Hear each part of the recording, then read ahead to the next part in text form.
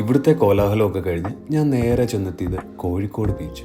ശരിക്കും പറഞ്ഞ് ഇവിടുത്തെ ആൾക്കാരൊക്കെ നല്ല സ്നേഹമുള്ളവരാട്ടോ. കുറച്ചൊക്കെ കറങ്ങി തിരിഞ്ഞ് നോക്കിയപ്പോൾ ഒരിടത്ത് ഭയങ്കര ആൾക്കൂട്ടം.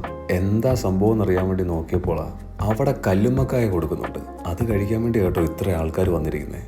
ഒരു സെറ്റ് ഞാനും കഴിച്ചു. ഏതായാലും കോഴിക്കോട് ബീച്ച് ഉഷാറാണ്, പല പരിപാടി അവിടെ നടപ്പുണ്ട്. പക്ഷെ ഈ പിള്ളേരെന്തോ കഴിക്കുന്ന കണ്ടപ്പോൾ എനിക്ക് കൊതിയായി.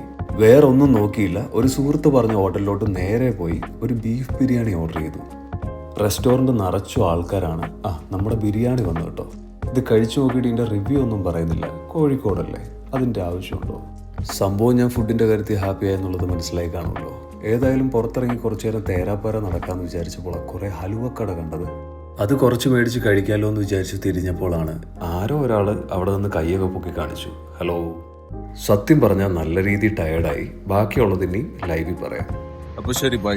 ഫുഡൊക്കെ കഴിച്ച് വേറെ ഇറങ്ങും. ഇനി ബസ് വരുന്നുണ്ട്. ബസ്സേ കയറി നേരെ ബൈ.